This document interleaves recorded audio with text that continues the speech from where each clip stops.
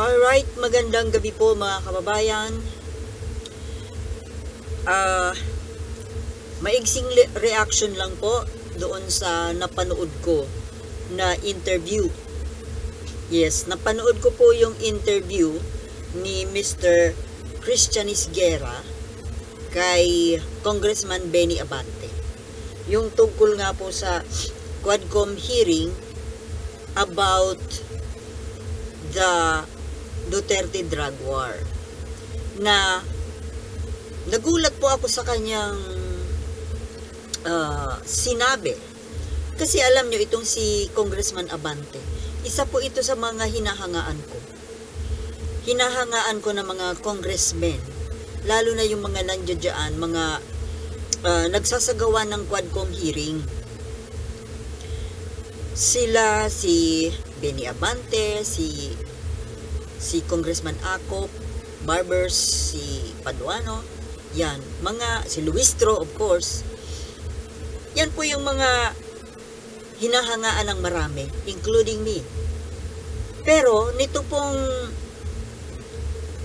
hindi ko po siya maintindihan Hindi ko maintindihan ang kanyang stand, ang kanyang prinsipyo na tila baga hilaw, yung tungkol nga po kay Digong Duterte, na nung hindi pa nag-a-appear, hindi pa nag-a-attend ng mga hearing itong si Duterte, ano siya siyempre yung galit, lahat naman galit dito sa mga nangyari noong Duterte administration, tungkol nga dyan sa EJK sa drug war.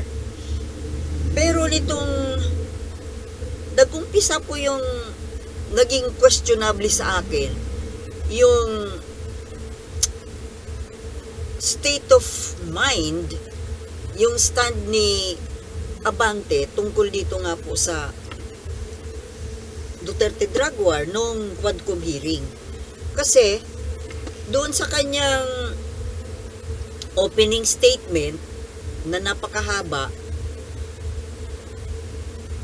may mga binanggit siya doon na tungkol sa pagsuporta niya kay Duterte nung tumakbo itong presidente. And then, nung siya na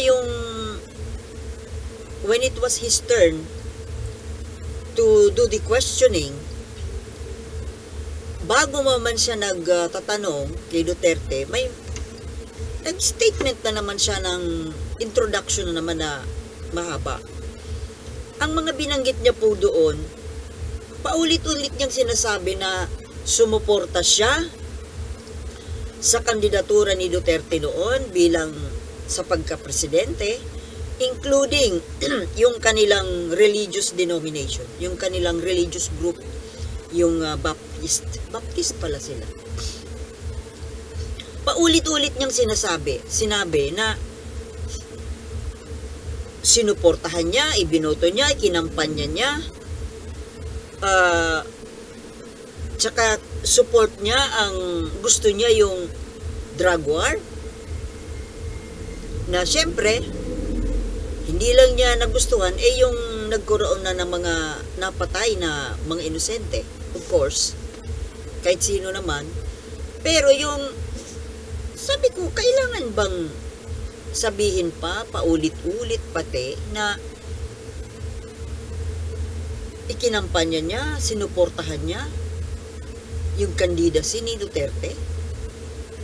At nung nanalo na nga daw po ito, hindi man lang daw nagpasalamat si Duterte sa kanila, sa grupo nila. Buti pa nga daw si Bongo nagpunta at nagpasalamat. At hindi daw sila humingi ng pabor na kahit ano. So alam nyo mga kababayan, para sa akin kasi, itong pagbabanggit ng mga ganito na hindi ka man lang nagpasalamat, ibig sabihin, naghihintay ka na pasalamatan ka. Diba? Mga kababayan, kung ikaw ay sumuporta, hindi lang naman ikaw, Abante, ang sumuporta. Kahit ako, ibinoto ko yun si Digong noon kasi paniwala ako na akala ko magiging ang habol ko kasi strongman na disciplinarian. Akala ko madidisiplina yung mga Pilipino. Pero para sa akin kasi parang hindi na appropriate na pagbabanggitin at paulit-ulit na sinuportahan kita. Sinuportahan naming grupo kayo, Pangulong Duterte. At suporta ako. Gusto ko yung drug war mo. At nung nanalo ka, hindi ako humingi ng kahit anong pabor. Mga kababayan, para sa akin, the mere fact na binanggit mo yan, ibig sabihin, nasa utak mo na in actuality, naghihintay ka. Ewan ko sa inyo pero yun ang analysis ko. Kaya mo binanggit yan kasi ang totoo, nag-antay ka na pasalamatan at bigyan ng kung anumang pabor, whether it's financial or kung anuman. Kasi kung talagang bukal sa kalooban mo ang pagsuporta sa isang kandidato, hindi ka na maniningil. Paniningil po yan, subtle nga lang. Kasi the mere fact na binabanggit mo, ang totoo niyan nag-antay ka talaga na mabigyan. Hindi mo nga lang magawa na talagang i-verbalize, i-actualize na humingi direkta. Humingi dahil masagwa nga naman, di ba? Masagwa, lalo pa sa isang simbahan na maghingi. Pero, nag-antay. Nag-antay ka ng kusa. Hindi nagkusa. Kaya ngayon, siningil mo. Ngayon,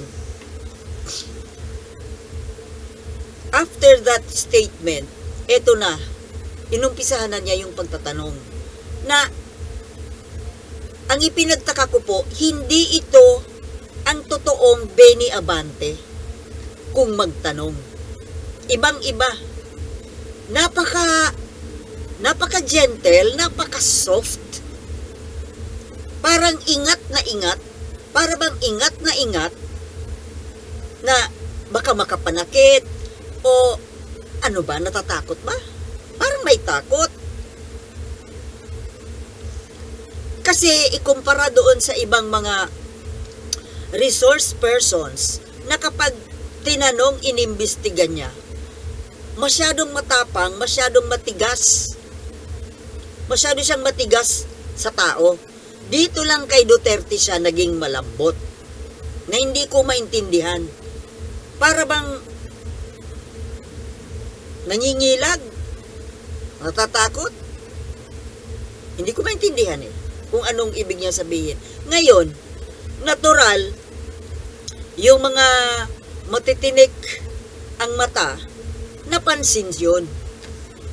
Kaya isa nga po sa mga nakapansin, actually, maraming nakapansin na mga netizens.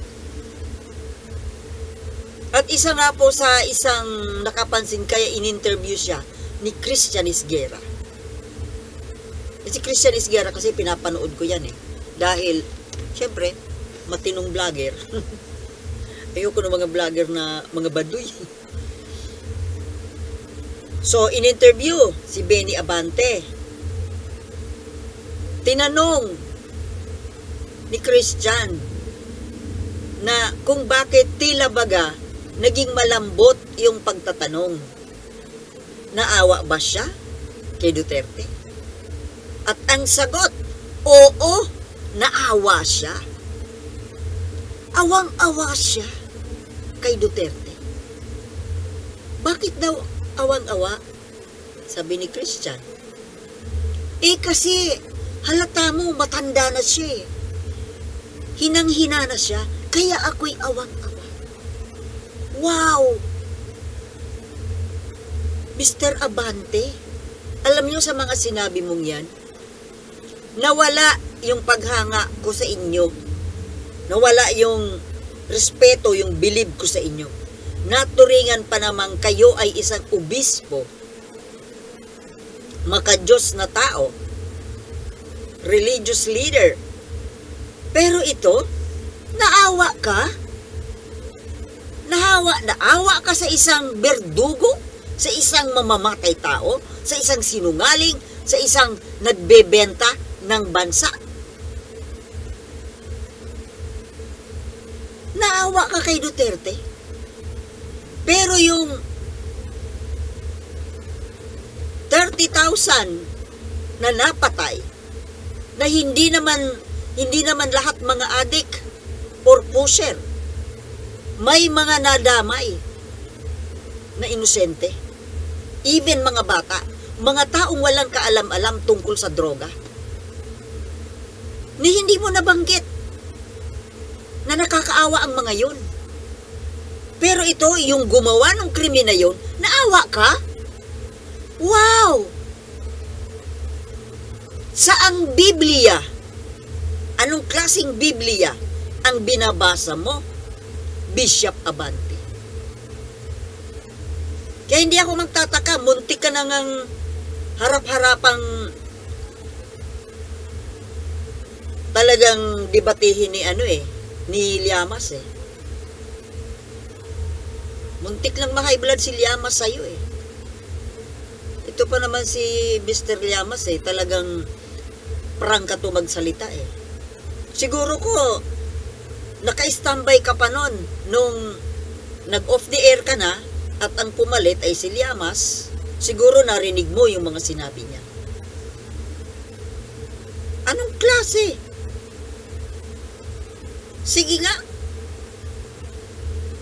Hindi ko maintindihan, Congressman Abante, Bishop, kung anong klaseng spiritual leanings meron kayo. Ba't ka maawa sa isang mamamatay tao? Sa isang psychopathic criminal, serial killer. Sa pagmumukha na lang, oo nga, matanda na, mahina na siguro, pero hindi ako maniwalang mahina Tumagal nga ng ilang oras na nakaupo dyan At hindi siya naha-high blood. Wala siguro siyang high blood. Matibay siya. Sanay na sanay. Kaawaan mo yun? Paano mo masabi? Paano ka naawa na ultimo si Laila de Lima ay inambahan ng suntok? Kitang-kita sa camera, kitang-kita ng mga tao. Si de Lima, na ginawa nila ng kwento, kinasuhan ng wala namang kaalam-alam sa ikinaso nila, sa issue. Nakulong ng nasayang ang halos 7 taon ng buhay niya. Tapos ikaw, siya pa yung may lakas ng loob na manakit, manuntok.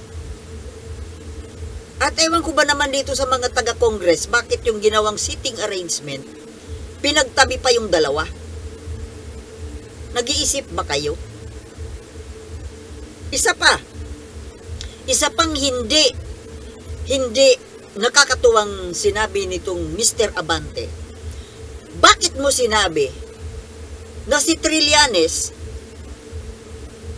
ay traidor sa bayan dahil nakikipag-connive in connivance with the ICC? Di mo ba naintindihan? Si Trillanes ay tumutulong lang doon sa mga biktima. Kahit sino naman pong Pilipino, pwedeng tumulong sa mga nagiging biktima.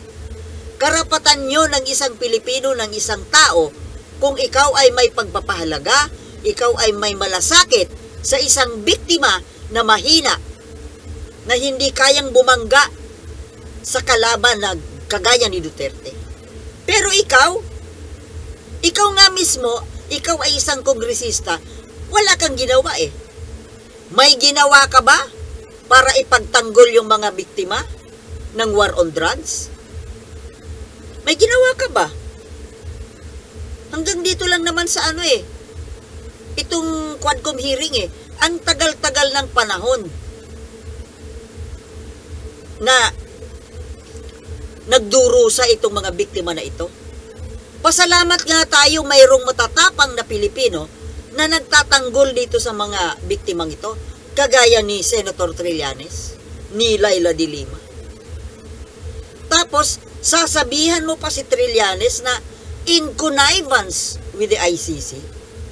Paano mong nasabi na in connivance? Ang connivance kasi parang patraidor na gawain. Parang illegal. Illegal ba? Illegal ba, Congressman Abante, na tumulong sa mahihina, sa maliliit na biktima? Gago ka Sorry, nawala talaga yung respeto ko sa'yo. Gago ka rin mag-isip. Diyan sa ginawa mo na pagkampe, pagkaawa mo kay Duterte, naging isa ka na ring DDS. Duterte supporter ka pala At ito pa, pinagmamalaki mo na sinuportahan mo ang kandidato, yung pagtakbo ni Duterte noong 2016 bilang Pangulo. Bakit? Hindi ka man lang ba nag-imbestiga? Hindi ba't mayor pa lang yan si Duterte? Iniimbestigahan na nga yan nila Trillanes, nila de Lima Mayroon ng mga ano yan may issue na siya tungkol sa Davao Death Squad. Mayor pa lang.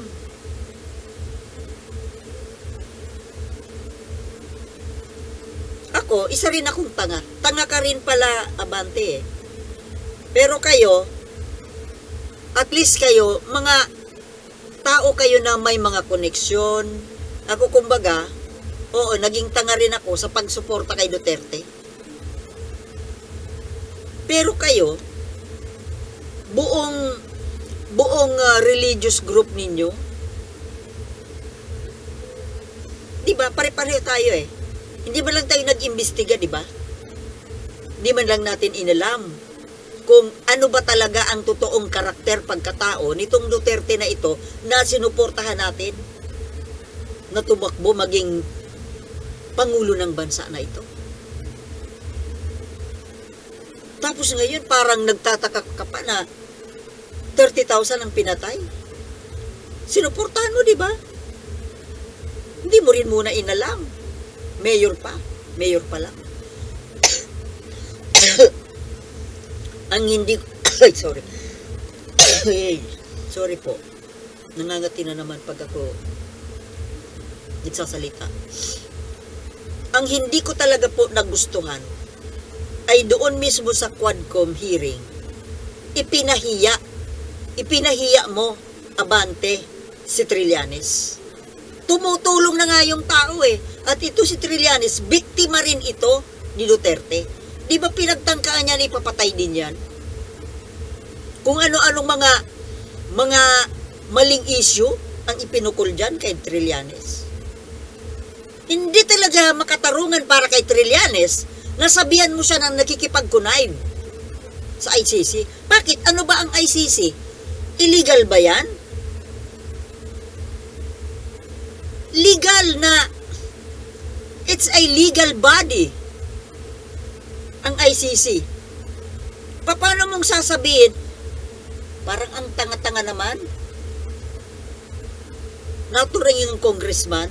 Paano mo nasabi na connivance ang ginagawa ni Trillanes sa ICC? May jurisdiction nga ang ICC sa Pilipinas. Ipinahiya mo pa yung tao. Maraming naawa kay Trillanes Isinusugal na nga nung tao yung buhay niya, makatulong lang dito sa mga biktima na ito. Ikaw nga, ano ang ginagawa mo? Tumulong ka ba? May ginawa ka bang hakbang para tulungan itong mga biktima na ito na ilang taon nang nagdurusa? Tapos ngayon may isang tao na tumutulong, sasabihan mo nang nag-traidor sa bayan? Sira ulo ka ba? Walang Nonsense. Sorry nawala talaga yung respeto ko sa inyo. Gago mag-isip. Hindi man lang aralin muna yung binitawang salita. Baka ang tingin ko po dyan, mga kababayan, sa harapan ni Duterte, hiniya nitong ni Abante si Trillanes. Parang nagpapalapad papel Di ba? Mr. Abante, nagpapalapad papel ka kay Duterte. Kasi bakit? Baka naghihintay ka pa nung sinasabi mo na hindi nga kami humingi sa inyo ng kahit ano. Baka ngayon at this time nag-aantay ka pa Nag-aantay ka pang abutan. Kahit palihim. Ikaw, Digong Duterte, hindi mo ba nasisense yun? Nagpaparinig nagpapadaplis. Bigyan mo kasi. Ginawa pang tawag dito, scapegoat. Para bang inilagay pa sa pinugutan ng ulo si Trillanes sa harapan ni Duterte para magpalapad papel kay Duterte. Di ba? Yan ang nasasabi ko. Bakit? Ano ang dahilan para harap-harapang ipahiya si Trillanes sa harapan ni Duterte? O di nagpapalakas ka, nagpapalapad papel ka kay Duterte. Paulit-ulit mo ang sinasabi na sumuporta ako sa inyo, Mr. President. Sinuportahan ko kayo. Ibinoto ko kayo. Ikinampanya ko kayo.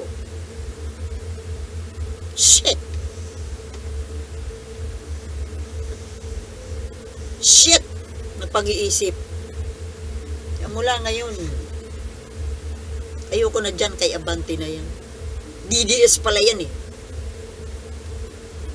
Hindi man lang inisip yung ibinuga ng bunganga niya sa harapan.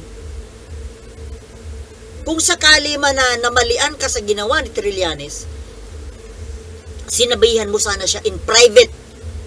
Hindi yung sinadya mong ipahiya yung tao. Parang pinugutan mo ng ulo sa harap-harapan yung Trillanes. O bakit? Kababayan ko kasi yan Taga dito yan sa Albay si Trillanes. Pasalamat kayo. Pasalamat tayo at mayroong mga matatapang na Pilipino na kagaya niyan ni Trillanes. Bihira ang ganyan Yan ang mga marunong lumaban. At para sa bayan yan para sa bayan. Pero itong si Benny Abante hindi ko na alam kung ang ipinaglalaban ba talaga nito karapatan ng Pilipino. Malasakit para sa Pilipino. Kasi mukhang ang malasakit nito nata kay Duterte Tama hindi? Ubispo. Ewan. Hanggang dito na lamang po mga kababayan, umiinit lang ang ulo ko Nagiging bastos tuloy ako Sige po mga kababayan, hanggang dito na lamang at mahalin po natin ang ating bayan dahil ito lamang po ang nag-iisa nating tahanan. Huwag po tayong gagaya kay Abante. Okay? Thank you for watching and see you next time. Peace.